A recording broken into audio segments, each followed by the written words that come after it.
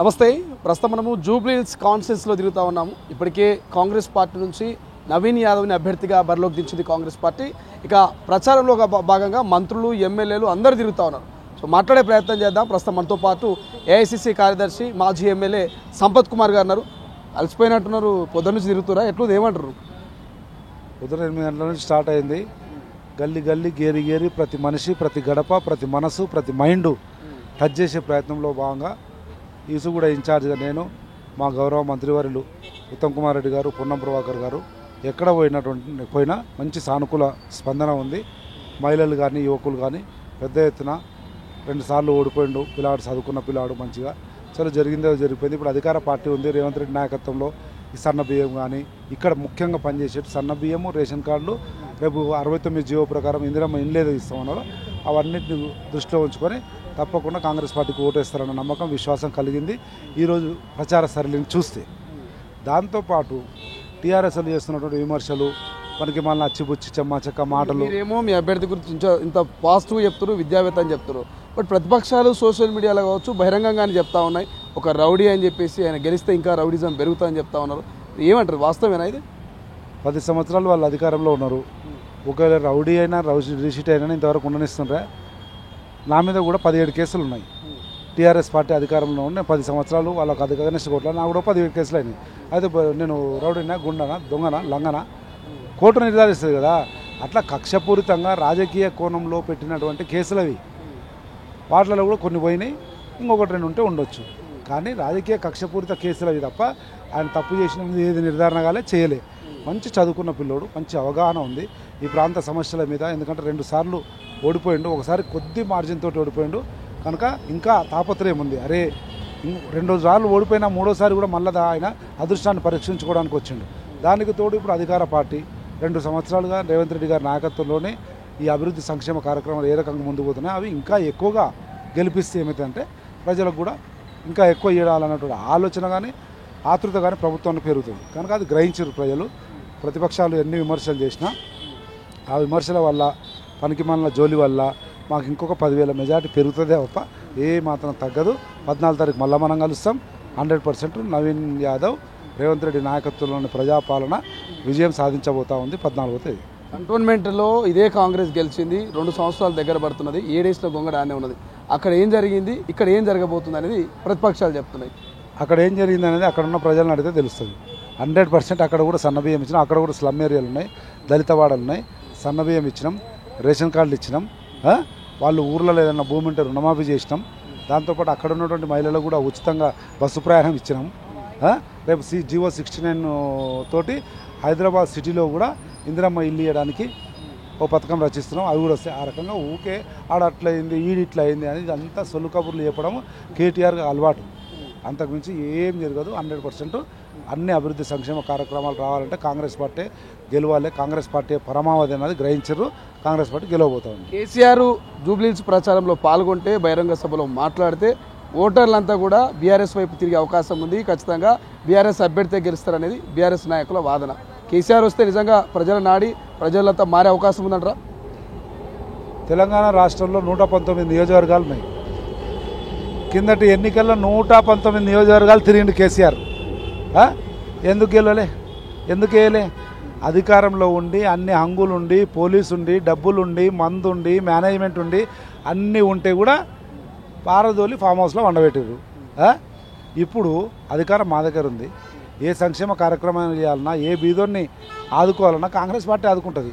కేసీఆర్ ఆదుకోలేడు. ఏంది ఆయన దగ్గర ఉన్నది లొటపీసు? ఫామ్ హౌస్ నుంచి డైరెక్ట్ వచ్చి మైక్ కొట్టుకొని మాడితే అవుతుందా? ఒక్క నియోజకవర్గం 119 ఇట్లా ఒకటంటే 1% కంటే తక్కువ, 100లో ఒకటైతే 1% అయితే అంతకంటే తక్కువ ప్రాంతానికి సంబంధించిన ఎన్నిక ఇది. దాంట్లో ఆ రోజు నమ్మంది ఆయనను అధికారంలో ఉన్న. ఈరోజు ఎవరు నమ్ముతారు, ఎక్కడ నమ్ముతారు, ఏమవుతుంది? ఏమయ్యేది లేదు. టీఆర్ఎస్ పార్టీతోటి కానీ కల్వకుంట్ల కుటుంబంతో కానీ ఏం కాదు. ఇదంతా లొటపీస్ వ్యవహారం అని జనానికి కూడా అర్థమైంది. 3 సార్లు గెలిపించి 2 సార్లు అధికారంలో ఉంటే కూడా ఏమీ అభివృద్ధి జరగలే. ఇంకా మురికివాడలు అట్లే ఉన్నాయి, దళిత వాడలు అట్లే ఉన్నాయి, ఇంకా సన్నబియ్యం కొరకు ఆతృతపడే బీదోళ్ళు ఉన్నారు. కానీ ఇప్పుడు కాంగ్రెస్ పార్టీ రావడం వల్ల అవన్నీ కూడా పరిష్కారం అవుతున్నటువంటి నమ్మకం విశ్వాసంతో ఉన్నారు. బరాబర్ కాంగ్రెస్ పార్టీ రేవంత్ రెడ్డి నాయకత్వంలో నవీన్ కుమార్ యాదవ్ను శాసనసభ్యుడిగా 14వ తేదీ విజయం సాధించబోతున్నాడు. ఆటోలు దివాలా తీసినాయి, మహిళలు 2500 కోసము తులం బంగారం కోసం ఎదురు చూస్తున్నారు. ఇదే ప్రధాన అస్త్రంగా ప్రతిపక్షాలు ప్రచారం చేస్తున్నాయి. ఏం చెప్తారు? ఆటో వాళ్ళ ఆత్మహత్యలు చేసుకునేది ఎప్పుడు తెలుసా? ఎక్కువ టీఆర్ఎస్ పార్టీ అధికారంలో ఉన్నప్పుడు అడ్డగోలుగా చాలన్లు వేసి ఉన్నదానికి లేని దానికి చాలన్లు వేస్తే అప్పుడు జరిగిన ఆత్మహత్యలు. ఇప్పుడు అదే బీదోనికి ఆటో నడుపుతున్నాడు కదా అని ఆటో మీద చూపిస్తుంది. కానీ ఆ ఆటో నడిపేవాడు ఇంటికి పోతే సన్నబియ్యం వచ్చే, ఆ ఆటో వాడు ఇంటికి పోతే రేషన్ కార్డు వచ్చే, ఆ రెండింటి వల్ల ఎంతో లాభం జరిగే, ఆ ఆటో వాడు ఇంటికి పోతే జియో 69 చూసే పేపర్లా ఇందిరమ్మ ఇల్లు వస్తుందని, ఆ ఆటో వాడు ఇంటికి పోతే చదువుకునే పిల్లలకు విద్య వచ్చే. ఈ రకంగా ఉట్టిగా ఆటోల పేరు మీద ఏదో ఆటో ఎక్కి డ్రామా చేస్తే అయ్యేది కాదు. 100% ఆటో వాళ్ళను మోసం చేసింది టీఆర్ఎస్ పార్టీ, వాళ్ళని హక్కున చేర్చుకునేది కాంగ్రెస్ పార్టీ. దాంతోపాటు నేనేం చెప్తున్నానంటే, ప్రతిపక్షం అన్నప్పుడు డెఫినెట్గా విమర్శ చేయాలి. రాజకీయ కోణంలో చేసే విమర్శ తప్ప దీంట్లో వాస్తవ విమర్శ కాదు ఇది అన్న విషయాన్ని చెప్తాను. ఫైనల్ ఒక మాట, క్యాబినెట్ విస్తరణ ఇప్పుడు చేయడానికి కారణం ఏంటి? మైనార్టీ ఓట్ల కోసమేనా అజారుద్దీన్ క్యాబినెట్లోకి తీసుకునేది? నేను ఇంతకుముందే చెప్పినా మళ్ళీ చెప్తున్నా, మంత్రివర్గ విస్తరణ అన్నది పూర్తిగా గౌరవ ముఖ్యమంత్రి గారి విచక్షణాధికారానికి సంబంధించినది. 2 సంవత్సరాలుగా ఆ వర్గాల నుంచి మా వర్గానికి సంబంధించిన వారు మంత్రివర్గంలో లేరు.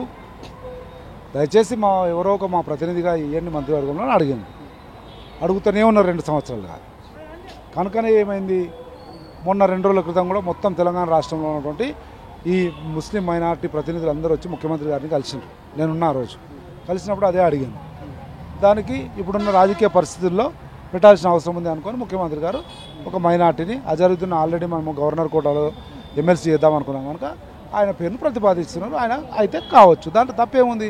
ఇది కూడా నచ్చని ఆ వర్గాలను మంత్రి పదవి చేస్తే నచ్చని కొన్ని వ్యక్తులు, శక్తులు, కుయుక్తులతో కూడినటువంటి విమర్శలు తప్ప ఇంకోటి కాదు.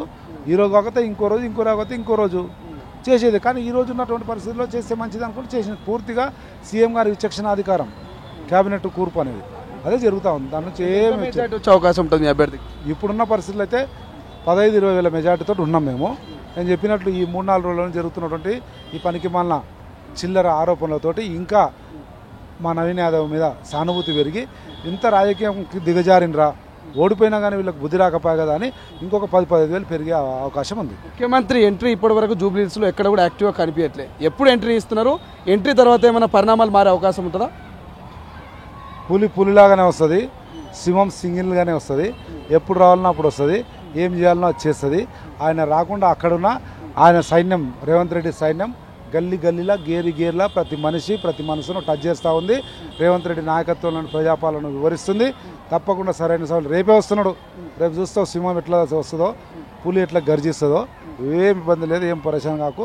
రేపు ఎల్లుండి 2 రోజులు, మళ్ళీ 4-5 2 రోజులు, 8-9 2 రోజులు, 6 రోజులు ముఖ్యమంత్రి గారి పర్యటన ఉంటుంది. అన్ని వర్గాలకు ఇంతవరకు ఈ 2 సంవత్సరాల్లో ఏం చేసినాం, ఆ 10 సంవత్సరాల వాళ్ళు ఏమి చేయలేకపోయినరు, ఏ రకంగా అభివృద్ధి కుంటుపడింది, రేపు రాబోయే 3 ఏళ్లలో ఎట్లా చేస్తామన్న విషయాన్ని గౌరవ ముఖ్యమంత్రి గారు స్పష్టంగా చెప్పి ఈ ప్రాంత ఓటర్ మహాశయులను కాంగ్రెస్ పార్టీ వైపు తిప్పడానికి ప్రయత్నం కొనసాగుతుంది.